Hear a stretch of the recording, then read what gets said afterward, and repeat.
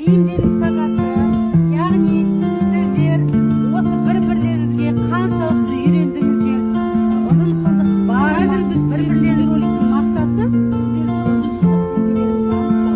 Ол үшін сізге қазір тренингті танимын, мен сені жақсы танымаймын деген мағынада.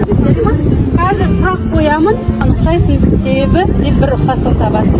Ал сен менен ерекшесің себебі деп бір ерекшелігін айтасың. Ұқсайсың себебі сені сарысың дейді.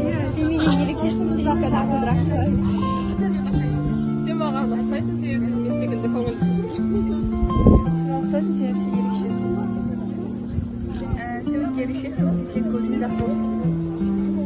Сен ерекшесің себебі сен көзің көп және шашың жалайсың.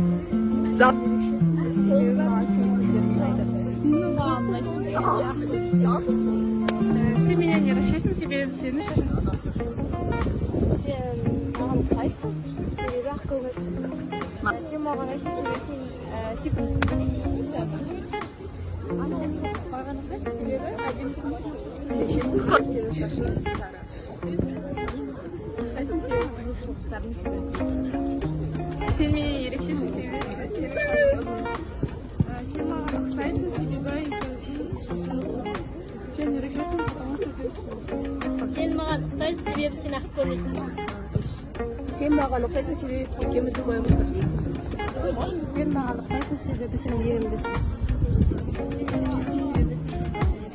Сен маған ұқсайсың себебі сен күлгенің әдемі. Сен маған ұқсайсың себебі сен мейірімдісің. Сен менен ерекшесің себебі сен көңілдісің. Сен маған ұқсайсың өте әдемісің. Менің көзқарасым ерекше, сол себебі сен өте секундысың. Сенің ерекшелігің сен күшті билейсің. Пойыз ойыны деп аталады. Яғни бұл сіздердің қаншалықты бір-бірлеріңізге сенетіндеріңізді білдіреді. Қазір бізде вагонның жетекшісі Нұрайлым. Нұрайлымның көзі ғана ашық болады, қалғандарының көздеріңіз жабық болады. Нұрайлым қайда апарады, сіздер солай жүрулеріңіз керек. Ал бізде бұны 3 студентіміз кедергі болады. Жақсы ма? Ал кет.